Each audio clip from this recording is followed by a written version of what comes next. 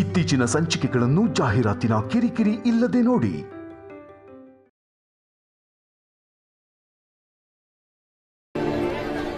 ಮಂಗಳಂ ಸನ್ನಾಯಕಗೆ, ಮಕ್ಕಳಂ ಚದುವಿನವಾಗಿ, ಮಂಗಳಂ ವೃಷಭಶಯ್ಯಗೆ, ಮಂಗಳಂ ಶಯನಗೆ, ಮಂಗಳಂ ಗಾಣನಾಭ ದತ್ತಾತ್ರೇಯ ಮಂಗಳಂ, ಮಂಗಳಂ ವೃಷಭಶಯ್ಯಗೆ.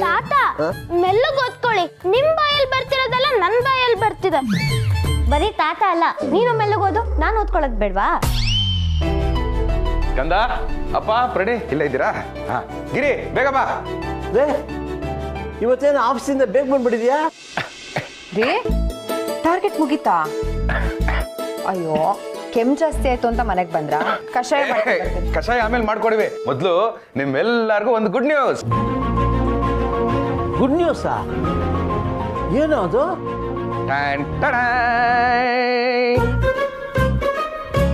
ಏನು ಇದು? ಅಪ್ಪ ಕಾಶಿಗೆ ಹೋಗ್ಬೇಕು ಅಂತ ಆಸೆ ಪಟ್ಟೆ ತಾನೆ. ನಾವು ನಾಳೆ ಎಲ್ಲರೂ ಕಾಶಿಗೆ ಹೋಗ್ತಾ ಇದೀವಿ. ಅದರ ಟ್ರೈನ್ ಟಿಕೆಟ್ ಇದು.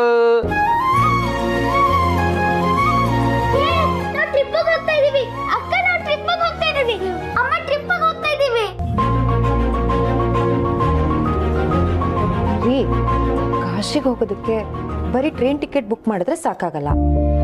ಅಲ್ಲಿ ಹೋದ್ಮೇಲೆ ಊಟ ತಿಂಡಿ ಉಳ್ಕೊಳ್ಳೋದಕ್ಕೆ ವ್ಯವಸ್ಥೆ, ಪೂಜೆ, ದಾನ ಅಂತೆಲ್ಲ ಕಡಿಮೆ ಅಂದ್ರೂ 15,000 to 20,000 ಖರ್ಚಾಗತ್ತೆ.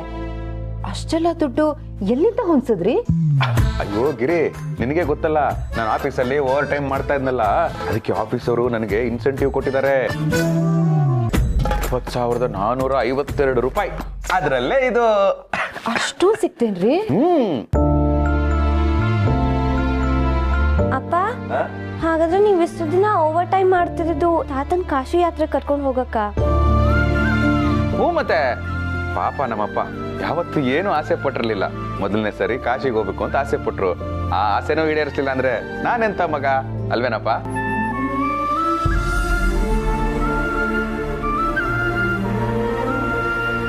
ಅಪ್ಪ ಯಾಕೆ ಹೇಳ್ತಾ ಇದ್ಯಾ? ಗಿರಿ, ಅದೇ ನಾನು ಹೇಳೋದು, ಸಾರಿಗೆ ಖಾರ ಸ್ವಲ್ಪ ಕಮ್ಮಿ ಹಾಕು ಅಂತ. ನೋಡು, ನಾವಪ್ಪ ಮಧ್ಯಾಹ್ನ ತಿಂದಿರೋದು, ಇವಾಗ ಹೇಳ್ತಾ ಇದ್ದಾರೆ. ಅದಲ್ವೋ ಶಿವು, ಈ ಮನೆಗೋಸ್ಕರ ನೀನು ಹಗಲು ರಾತ್ರಿ ದುಡಿತಾನೆ ಇದೆಯಪ್ಪ, ಅದು ಸರಿ. ಆದ್ರೆ ಈ ಮುದುಕನಿಗೋಸ್ಕರ ಯಾಕಪ್ಪ ಇಷ್ಟೊಂದು ಕಷ್ಟ ಪಡ್ತಿದ್ಯಾ? ನೀನು ಕೂತ್ಕೋಪ್ಪ, ನಾನು ಹೇಳ್ತೀನಿ, ಕೂತ್ಕೋ. ಕಣಕ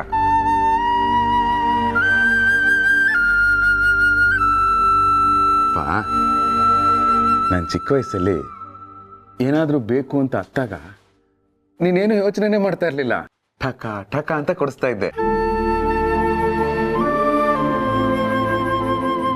ಈಗ ನೀನೇನೋ ಒಂದು ಕೇಳಿದೆ, ನಾನು ಅದನ್ನ ಕೊಟ್ಟೆ ಅಷ್ಟೇ. ಅದಕ್ಕೆ ಯಾಕಪ್ಪ ಅಳ್ತೀಯ?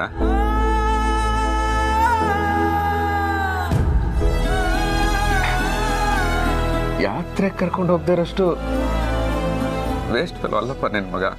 ಅಲ್ಲ, ಸ್ವಲ್ಪ ತಡ ಆಗ್ಬೋದು, ಆದ್ರೆ ಆಗತ್ತೆ.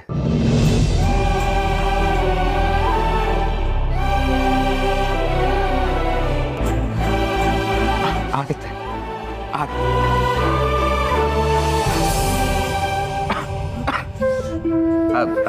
ಅಷ್ಟೇ ಅಲ್ಲ, ನನ್ನ ಸಂಸಾರ ಏನಾದ್ರೂ ಕೇಳಿದ್ರೆ ನಾನು ಅದನ್ನ ಮಾಡಬೇಕು, ಮಾಡೇ ಮಾಡ್ತೀನಿ.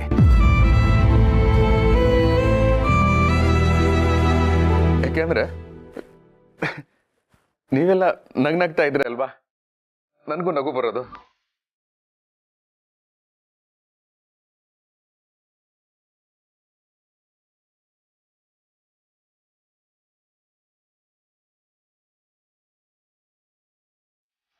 ಇದೇನಿದು, ನಾನೇನೋ ಒಂದು ಖುಷಿ ವಿಷಯ ಹೇಳಿದ್ರೆ ನೀವೆಲ್ಲ ಕುಣಿದು ಕುಪ್ಪಳಿಸ್ತೀರಾ ಅನ್ಕೊಂಡ್ರೆ ಈ ತರ ಕಣ್ಣೀರಾಗ್ತಾ ಇದೀರಲ್ಲ. ಗಿರಿ, ಅದೇ ಮತ್ತೆ ಎಲ್ಲೇ ನಗೋ ನಗೋ ನಗೋ ರೀ. ಅಪ್ಪ ಅಪ್ಪ ನೀನ್ ನಗೋ,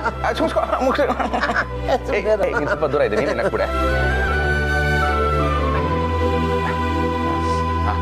ಗಿರಿ, ಬಟ್ಟೆಗಳೆಲ್ಲ ಪ್ಯಾಕ್ ಮಾಡ್ಕೊಳ್ಳಿ, ಏನೇನ್ ಬೇಕೋ ಎಲ್ಲ ಎತ್ತಿಟ್ಕೋ.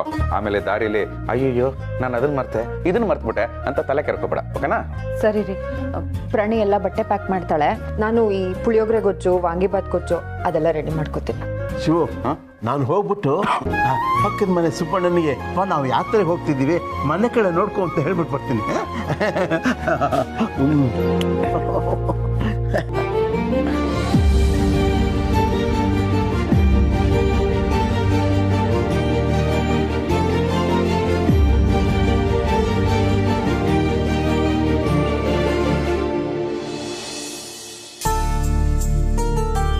ಕಾಶಿ ಯಾತ್ರೆ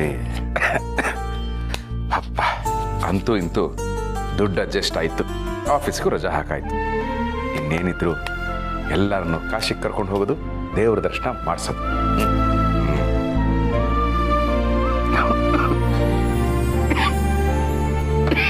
ಇಷ್ಟೊಂದು ಕೆಂತಿದೆಯಾ? ಮೈ ಬೇರೆ ಸುಡ್ತಾ ಇದೆ. ಹೀಗಿರುವಾಗ ಯಾತ್ರೆ ಬೇಕಾ? ಓ ಬಂದ್ಬಿಟ್ಯಾ? ಬೇಕಾ ಅಲ್ಲ ಭಗವಂತ, ಬೇಕೇ ಬೇಕು. ಇಂಥ ಸಮಯದಲ್ಲಿ ಯಾತ್ರೆಗೆ ಹೋದ್ರೆ ನಿನ್ನ ಆರೋಗ್ಯ ಏನಾಗಲ್ಲ. ಓ ಭಗವಂತ, ಸಿರಪ್ ತಗೋತಾನೆ ಇದ್ದೀನಿ, ಮಾತ್ರೆ ತಗೊಂಡಿದ್ದೀನಿ, ಬೆಳಗ್ಗೆ ಅಷ್ಟೊತ್ತಿಗೆ ಸರಿ ಹೋಗುತ್ತೆ. ಹಂಗೂ ಸರಿ ಹೋಗ್ಲಿಲ್ಲ ಅಂದ್ರೆ ಯಾತ್ರೆಗೂ ಮಾತ್ರೆ ತಗೊಂಡೋಗ್ತೀನಿ. ಇಷ್ಟೆಲ್ಲ ಮಾಡೋ ಬದಲು ನಿನ್ಗೆ ಹುಷಾರಿಲ್ಲ ಅಂತ ಮನೆಯವ್ರಿಗೊಂದು ಮಾತು ಹೇಳ್ಬೋದಲ್ವಾ? ಚಾನ್ಸೇ ಇಲ್ಲ. ಹುಷಾರಿಲ್ಲ ಅಂತ ನಾನು ಹೇಳೋದಿರ್ಲಿ, ಅಪ್ಪಿ ತಪ್ಪಿ ಅವ್ರಿಗೆ ಏನಾದ್ರು ಗೊತ್ತಾಗ್ಬಿಟ್ರೆ ಯಾತ್ರೆನೇ ಕ್ಯಾನ್ಸಲ್ ಮಾಡ್ಬಿಡ್ತಾರೆ. They loves me so much, YONO. ಅದಕ್ಕೆ ನಾನೇನು ಹೇಳಲ್ಲ. ಏನ್ ಸ್ಯಾಕ್ರಿಫೈಸಾ? ನಿನ್ನ ನೋಡ್ತಾ ಇದ್ರೆ ಈ ಪುಟ್ಟಕ್ಕನ ಮಕ್ಕಳು ಶ್ರೀರಸ್ತು ಶುಭಮಸ್ತು ಗಟ್ಟಿ ಮೇಳದಲ್ಲಿ ಬರೋ ಹೆಣ್ಣು ಮಕ್ಕಳು ನೆನಪಾಗ್ತಾರೆ. ಓ, ತಾವು ಸೀರಿಯಲ್ ಎಲ್ಲ ನೋಡ್ತೀರಾ? ಯಾಕೆ ಮನುಷ್ಯರು ಮಾತ್ರ ನೋಡ್ಬೇಕು ಅಂತ ಚಾನಲ್ ಅವ್ರು ಕಂಡೀಷನ್ ಹಾಕಿದಾರ? ಹಾಗಲ್ಲ ಭಗವಂತ, ಕೈಲಾಸದಲ್ಲಿ ಯಾರಪ್ಪ ಸೆಟಪ್ ಬಾಕ್ಸ್ ಹಾಕಿದ್ರು ಅಂತ ಡೌಟ್ ಬಂತು. ಶಿವು, ಇಷ್ಟೆಲ್ಲ ತ್ಯಾಗ ಮಾಡಿ ಏನ್ ದೇವ್ರಾಗ್ಬೇಕು ಅನ್ಕೊಳ್ಳಿ. ಅಯ್ಯಯ್ಯೋ, ಮಿಡ್ಲ್ ಕ್ಲಾಸ್ ವ್ಯಕ್ತಿಯಾಗೆ ನನ್ನ ಕಣ್ಮುಂದೆ 3 ಲೋಕ ಕಾಣಿಸ್ತಾ ಇದೆ, ಇನ್ನು ದೇವ್ರ. ಅದೇನಿದ್ರು ನಿನ್ ಕೆಲ್ಸ. ಶಿವಪ್ರಸಾದ್, ನಿನ್ ಮಲ್ಕು, ಬೆಳಿಗ್ಗೆ ನಿನಗೆ ಪುಣ್ಯ ಸಿಗುತ್ತೆ. ಪುಣ್ಯ ನಮ್ಗೆ ನಾಳೆ ಬೆಳಗ್ಗೆ ಸಿಗೋದಿಲ್ಲ ಭಗವಂತ. ನಾವ್ ಇಲ್ಲಿಂದ ಹೊರಟು 40 ಅವರ್ಸ್ ಜರ್ನಿ ಮಾಡಿ ದೇವಸ್ಥಾನಕ್ಕೆ ರೀಚ್ ಆಗಿ ದೇವ್ರ ದರ್ಶನ ಆದ್ಮೇಲೆ ಸಿಗುತ್ತೆ ಪುಣ್ಯ. ಅಯ್ಯೋ, ಎಲ್ಲದಕ್ಕೂ ನಗ್ತಿಯಲ್ಲ ಭಗವಂತ. ಪಾಪ ಪಾರ್ವತಿಯಮ್ಮ ಕೈಲಾಸದ ಬಾಗ್ಲಲ್ಲೇ ನಿಂತ್ಕೊಂಡು ನನ್ ಗಂಡ ಬರ್ತಾನೆ ಅಂತ ಕಾಯ್ತಾ ಇರ್ತಾರೆ. ಅವ್ರನ್ನ ಕಾಯಿಸೋದು ನ್ಯಾಯನಾ? ಅದು ಅಲ್ಲದೆ ನೀನ್ ನನ್ ಜೊತೆ ಇದೆಯಾ ಅಂತ ಅವ್ರಿಗೆ ಗೊತ್ತಾದ್ರೆ ಅವ್ರು ಬೇಜಾರ್ ಮಾಡ್ಕೊಳ್ಳಲ್ಲ ನನ್ ಬಗ್ಗೆ. ಹೋಗು. ಆಮೇಲೆ ಪಾರ್ವತಿ ಅಮ್ಮನ್ನ ಕೇಳದೆ ಅಂತ ಓ, ಹೆಂಡತಿ ಹೆಸರು ಹೇಳ್ತಿದ್ದಂಗೆನೆ ಭಗವಂತ ಮಾಯ. Good husband. ಗುಡ್ ನೈಟ್ ಭಗವಂತ.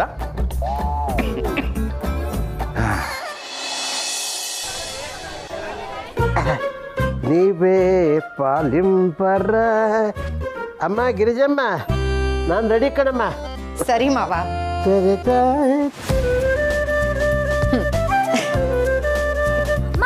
ಇವತ್ತೆಲ್ರಿಗಿಂತ ಬೇಗ ನಾನೇ ಎದ್ದಿದ್ದು ಗೊತ್ತಾ?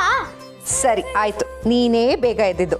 ಅಷ್ಟೇ ಬೇಗ ಆ ಕಾಶಿ ವಿಶ್ವನಾಥನ್ ದರ್ಶನ ಆಗ್ಲಿ ಅಂತ ಬೇಡ್ಕೊ. ಹೌದೌದು, ಆದಷ್ಟು ಬೇಗ ಕಾಶಿ ವಿಶ್ವನಾಥನ ದರ್ಶನ ಆಗ್ಬಿಟ್ರೆ ಅದೇ ನಮ್ಮೆಲ್ರಿಗೂ ನೆಮ್ಮದಿ. ಆಗತ್ತೆ. ಓ, ಟೋಟಲ್ ಫ್ಯಾಮಿಲಿ ಫುಲ್ ಆಗಿ ರೆಡಿ ಆಗ್ಬಿಟ್ಟಿದ್ದೀರಾ? ನಿಮ್ಗೆ ಕಾಯ್ತಾ ಇದ್ವಿ, ಬನ್ನಿ ಹೊರಡೋಣ, ಟೈಮ್ ಆಗ್ಬಿಡುತ್ತೆ. ಅಯ್ಯೋ ಗಿರಿ, ಟೆನ್ಷನ್ ಮಾಡ್ಕೋಬೇಡ. ಆಟೋಲ್ ಹೋದ್ರೆ 1/4 ಗಂಟೆಗೆ ರೀಚ್ ಆಗ್ಬಿಡ್ತೀವಿ. ಟ್ರೈನ್ ಬರಕ್ಕೆ ಇನ್ನು 1 ಅವರ್ ಟೈಮ್ ಇದೆ. ನಿಧಾನವೇ ಪ್ರಧಾನ. ಸರ್, ಸೋಮಣ್ಣ ಮನೇಲಿ ಯಾರು ಇರಲ್ಲ, ಹಾಲ್ ಬೇಡ ಅಂತ ಹೇಳಿದ್ನಲ್ಲ. ಅದೇ ಇಲ್ಲಮ್ಮ, ಹಾಲು ಕೊಡಕ್ ಬರಲಿಲ್ಲ. ಮತ್ತೆ ಇನ್ಮೇಲೆ ನಿಮ್ಮ ಮನೆಗೆ ಹಾಲು ಹಾಕಕ್ಕೆ ನನ್ನ ಮಗ ಬರ್ತಾನೆ ಅಂತ ಹೇಳಕ್ ಬಂದೆ. ಏನ್ ಸೋಮಣ್ಣ ಹಿಂಗೆ ಹೇಳ್ತಾ ಇದೆಯಾ? ಎಂಟ್ರೆನ್ಸ್ ಎಕ್ಸಾಮ್ ಪಾಸ್ ಮಾಡಿದಾನೆ ಅಂತ ಹೇಳ್ದೆ, ಕಾಲೇಜ್ಗೆ ಹೋಗೋದ್ಬಿಟ್ಟು ಅವ್ನು ಹಾಲು ಹಾಕೊಂಡು ಕೂತಿರ್ತಾನ? ಅಯ್ಯೋ, ಯಾವ MBA ಬಿಡಿ ಸರ್, ಅದನ್ನು ಓದಿದ ಮೇಲೂ ಇವನು ಎಷ್ಟು ದುಡಿತಾನೋ ಯಾರಿಗೆ ಗೊತ್ತು. ಅದ್ರ ಬದಲು ಹಾಲು ಮಾರ್ಕೊಂಡಿದ್ರೆ ನಾನು ಓದ್ಮೇಲೂ ಇವನ ಜೀವನ ಇವನೇ ನೋಡ್ಕೋಬಹುದು. ಯಾಕಪ್ಪ ಹೀಗೆ ಹೇಳ್ತೀಯ? ಓದಿದ್ರೆ ನಿನ್ನ ಮಗನ ಜೀವನನೇ ಚೆನ್ನಾಗಿರುತ್ತಾನೆ. ಅದೆಲ್ಲ ವೇಸ್ಟ್ ಬಿಡಿ ಅಯ್ಯ. ರಾಜಕೀಯದವ್ರ ಮಕ್ಕಳು ರಾಜಕೀಯ ಮಾಡ್ತಾರೆ, ಡಾಕ್ಟರ್ ಮಕ್ಕಳು ಡಾಕ್ಟರ್ ಆಗ್ತಾರೆ. ನಮ್ಮಂಥವ್ರ ಮಕ್ಕಳು ಅಪ್ಪನ ಹಾದಿನ ಹಿಡಿಬೇಕು.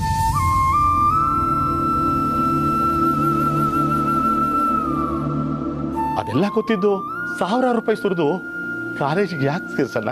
ಅಪ್ಪ ರಾಜೇಶ, ನೀನು ನಿಜ ಹೇಳು, ಯಾಕೆ ಕಾಲೇಜ್ಗೆ ಹೋಗಲ್ಲ? ಅದು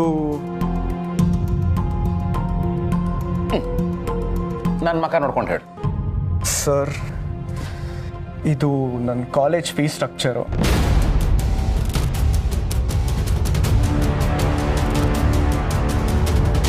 ಕಾಲೇಜಲ್ಲಿ ನನ್ನ ರ್ಯಾಂಕಿಂಗ್ ತುಂಬ ಚೆನ್ನಾಗಿದೆ ಅಂತ ಬರೀ ಬೇಸಿಕ್ ಫೀಸ್ ಕಟ್ಟಿ ಮಿಕ್ಕಿದೆಲ್ಲ ನಾವೇ ನೋಡ್ಕೊಳ್ತೀನಿ ಅಂತ ಹೇಳಿದ್ರು. ಆದರೆ ಈಗಿರೋ ಪರಿಸ್ಥಿತಿಯಲ್ಲಿ ಅಪ್ಪ ಅದನ್ನು ಕಷ್ಟ ಅಂತ ಹೇಳ್ತಿದ್ದಾರೆ.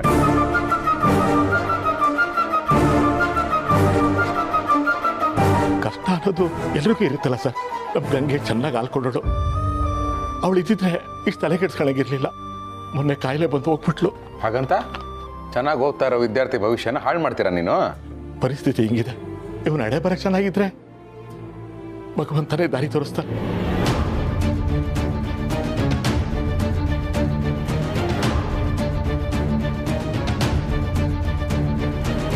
ನಾವೇನು ಬರ್ತೀವಿ, ಇನ್ನೂ ಸುಮಾರು ಮನೆಗಳಿಗೆ ಹೇಳೋದಿದೆ. ತಡೀರಿ,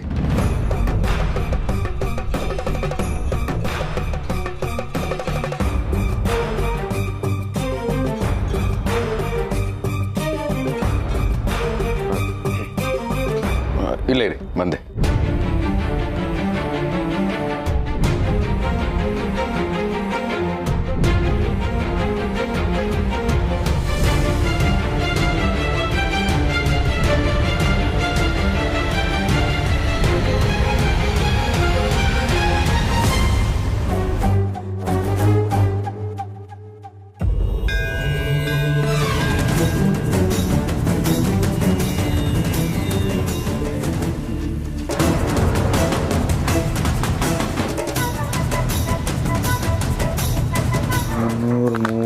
$430, $440, $450, $20,452.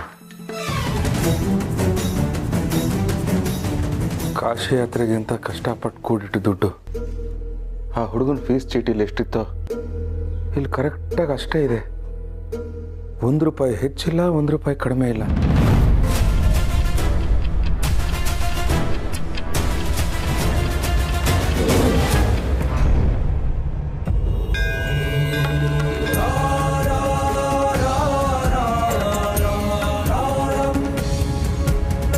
ನನ್ನ ರ್ಯಾಂಕಿಂಗ್ ತುಂಬ ಚೆನ್ನಾಗಿದೆ ಅಂತ ಬರೀ ಬೇಸಿಕ್ ಫೀಸ್ ಕಟ್ಟಿ ಮಿಕ್ಕಿದೆಲ್ಲ ನಾವೇ ನೋಡ್ಕೊಳ್ತೀನಿ ಅಂತ ಹೇಳಿದ್ರು. ಆದರೆ ಈಗಿರೋ ಪರಿಸ್ಥಿತಿಯಲ್ಲಿ ಅಪ್ಪ ಅದನ್ನು ಕಷ್ಟ ಅಂತ ಹೇಳ್ತಿದ್ದಾರೆ.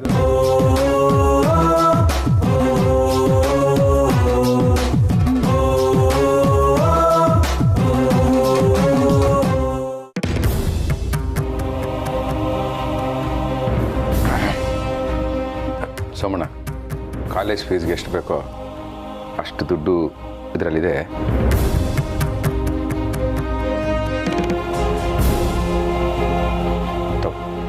ಸರ್, ನಾನು ದುಡ್ಡು ಕೇಳಕ್ಕೆ ಬರಲಿಲ್ಲ ಸರ್. ನೀನೇನು ಹೇಳ್ಬೇಡ. ಮಕ್ಕಳು ಓದೋ ಕಾಲದಲ್ಲಿ ಓದ್ಬಿಡ್ಬೇಕು. ಯಾಕೆ ಅವನು ನಿನ್ನ ಹಾಗೆ ಕಷ್ಟಪಡೋದನ್ನ ನೋಡ್ಬೇಕಾ ನೀನು? ಇವನು ಚೆನ್ನಾಗಿ ಓದಿದ್ರೆ ನಾಳೆ ದಿನ ಎಷ್ಟೋ ಜನಕ್ಕೆ ಕೆಲಸ ಕೊಡೋ ರೇಂಜ್ಗೆ ಇವನು ಬೆಳಿಬಹುದು. ಬೇಡ ಅನ್ಬೇಡ. ಅಪ್ಪ, ನಾನಿದನ್ನ ದಾನ ಅಂತ ಕೊಡ್ತಾ ಇಲ್ಲ. ನಿನಗೆ ಯಾವಾಗ ಆಗುತ್ತೋ ಆವಾಗ ವಾಪಸ್ ಕೊಡು. ಆದರೆ ಅವನು ಓದನ್ನು ಮಾತ್ರ ನಿಲ್ಲಿಸ್ಬೇಡ. ಅವನು ಎಲ್ಲಿವರೆಗೂ ಓದ್ತಾನೋ ಅಲ್ಲಿವರೆಗೂ ಚೆನ್ನಾಗಿ ಓದಲಿ. ಮುಂದೆ ದೇವರಿದ್ದಾನೆ.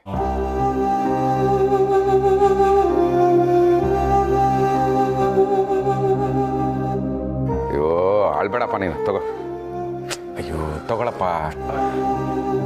ಥ್ಯಾಂಕ್ಸ್. ಒಳ್ಳೇದಾಗಲಿ. ಇದೆಲ್ಲ ಮಾಡಬಾರ್ದಪ್ಪ ನೀನು. ನೋಡು, ನಿಮ್ಮಪ್ಪ ನಿನ್ನನ್ನು ಸಾಕಕ್ಕೆ ತುಂಬ ಕಷ್ಟಪಟ್ಟಿದ್ದಾರೆ. ಅದಕ್ಕೆ ಉತ್ತರ ನಿನ್ನ ರಿಸಲ್ಟ್ಸ್ ಮುಖಾಂತರ ಕೊಡಬೇಕು. ಸರಿನಾ? ಓದ್ತೀನಿ ಸರ್, ಖಂಡಿತ ಚೆನ್ನಾಗಿ ಓದ್ತೀನಿ. ಗ್ಯಾರಂಟಿ ಒಳ್ಳೆ ರಿಸಲ್ಟ್ ತೆಗಿತೀನಿ ಸರ್. ದೇವ್ರು ಬಂದಾಗ ಬಂದು ನಮ್ಗೆ ಉಪಕಾರ ಮಾಡಿದ್ದೀರಾ. ಆ ಭಗವಂತ ನಿಮ್ಗೆ ಒಳ್ಳೇದು ಮಾಡಲಿ. ಸರಿ, ಹೋಗಿ ಬನ್ನಿ. ಒಳ್ಳೇದಾಗಲಿ. ಬರ್ತೀವಿ. ಬಾಯ್ ಅಣ್ಣ.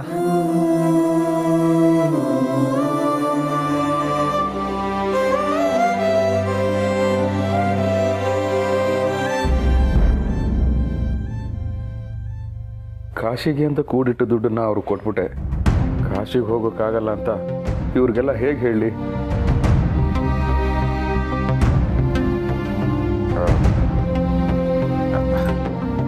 ಅಪ್ಪ ಏನಪ್ಪ? ಸಾರಿ, ಯಾತ್ರೆಗೆ ಇನ್ನೊಂದ್ಸರಿ ಹೋಗೋಣವಾ? ಹೋಗ್ಲಿ ಬಿಡು, ಅದಕ್ಕೆ ಯಾಕೆ ಬೇಜಾರು ಮಾಡ್ಕೋತೀಯ? ಹಾಂ, ಏನಿದು ಮೈ ಸುಡ್ತಿದೆ, ಜ್ವರ ಬಂದಾಗಿದೆಯಲ್ಲೋ? ದೇವ್ರೆ ದೇವ್ರೆ ದೇವ್ರೆ ದೇವ್ರೆ ಮೈ ಸುಡ್ತಾ ಇದೆಯಲ್ರಿ, ಹೇಳುತ್ತಾನೆ. ಓ ಗಿರಿ, ಮೈ ಸುಡ್ತಾ ಇದೆ ಅಷ್ಟೇ, ಆದ್ರೆ ನನ್ನ ಒಳಗೆ ಏನು ಅನ್ನಿಸ್ತಾ ಇಲ್ಲ. ನಾನು ಆರಾಮಾಗೇ ಇದ್ದೀನಿ. ಅಲ್ಲೋ ಹುಚ್ಚ, ನಿನಗೆ ಹುಷಾರಿಲ್ಲದೆ ಇದ್ರು ನನ್ನ ಆಸೆ ಪ್ರಕಾರ ನಮ್ಮೆಲ್ಲರನ್ನೂ ಕರ್ಕೊಂಡು ನೀನು ತೀರ್ಥಯಾತ್ರೆಗೆ ಹೊರಟಿದ್ಯಲ್ಲ. ಬೇಡ ಬೇಡ, ನಿನ್ನ ಒಳ್ಳೆ ಮನಸ್ಸಿನಲ್ಲೇ ಭಗವಂತನ ಕಂಡ್ಬಿಟ್ಟೆ ಕಣಪ್ಪ. ನಿನ್ನಂಥ ಮಗನ ಪಡೆಯೋದಕ್ಕೆ ನಾನೆಷ್ಟು ಪುಣ್ಯ ಮಾಡಿದ್ನಯ್ಯ.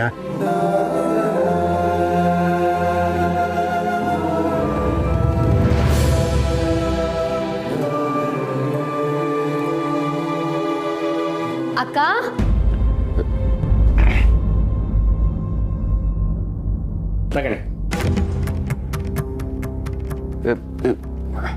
ಏನಿದು? ಅದು ನಮ್ಮ SP ಸಾಹೇಬ್ರ ಕಾಶಿಯಿಂದ ಬರ್ತಾ ಪ್ರಸಾದ ತಂದಿದ್ದೀರ.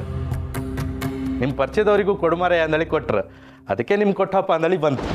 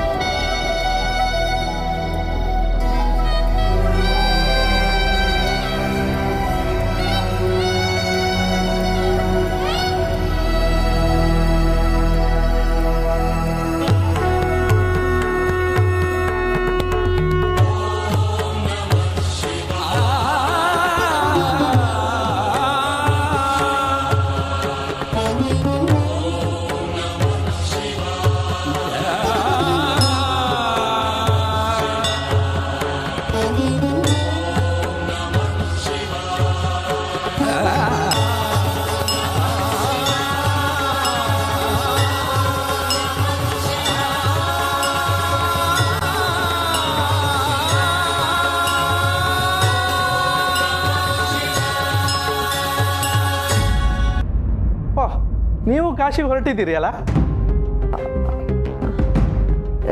ಹೌದು, ಹೊರಡ್ಬೇಕಂತಾನೆ ಅನ್ಕೊಂಡಿದ್ವಿ.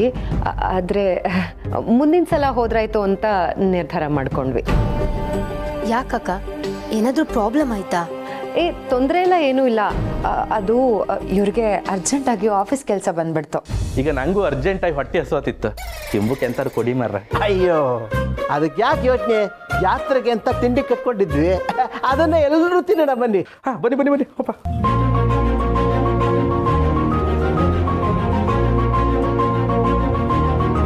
ನೀನೇ ಇಟ್ಬಿಡಪ್ಪ, ನಿಂದ ಅದೃಷ್ಟದ ಕೈ. ಶಿವ ಮಹಾದೇವ.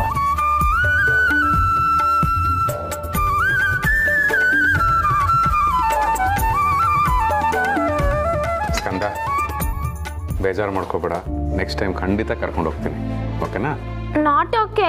ಯಾಕೆ? ನೀನು ಕರ್ಕೊಂಡು ಹೋಗೋದ್ರ ಜೊತೆಗೆ ರಿಮೋಟ್ ಕಾರ್ ಕೊಡ್ಸಿದ್ರೆ ಓಕೆ. ಕೊಡಿಸ್ತೀನಿ.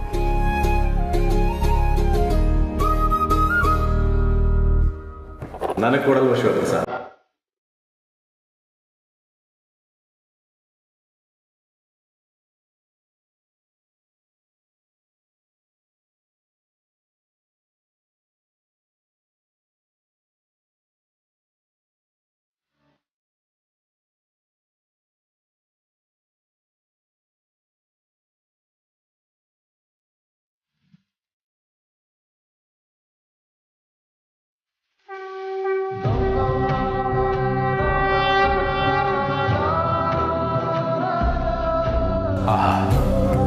ತುಂಬ ರುಚಿಯಾಗಿದೆ.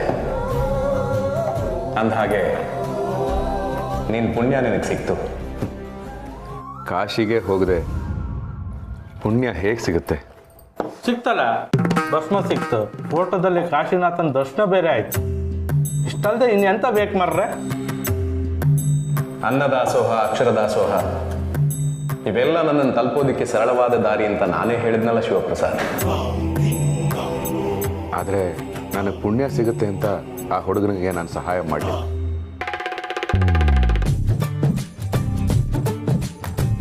ನನ್ನ ಮನಸ್ಸು ಹೇಳಿ ಅದಕ್ಕೆ ಮಾಡಿದೆ. ನಿಷ್ಕಲ್ಮಶವಾದ ಮನಸ್ಸಿಂದ ಯಾವುದೇ ಅಪೇಕ್ಷೆ ಇಲ್ಲದೆ ಯಾರು ಸಹಾಯ ಮಾಡ್ತಾರೋ ಅವ್ರಿಗೆಲ್ಲ ಪುಣ್ಯ ಸಿಗುತ್ತೆ. ಅದಕ್ಕೆ ನೀನೇ ಉದಾಹರಣೆ. ಅಂದರೆ ಕಾಶಿಗೆ ಹೋಗಿದ್ದಿದ್ರೆ ಏನೇನು ಸಿಗ್ತಾ ಇತ್ತೋ ಕಾಶಿಗೆ ಹೋಗ್ದಿರಾನೆ ಇಲ್ಲೇ ಸಿಕ್ಕಿದೆ ಅಂತನಾ?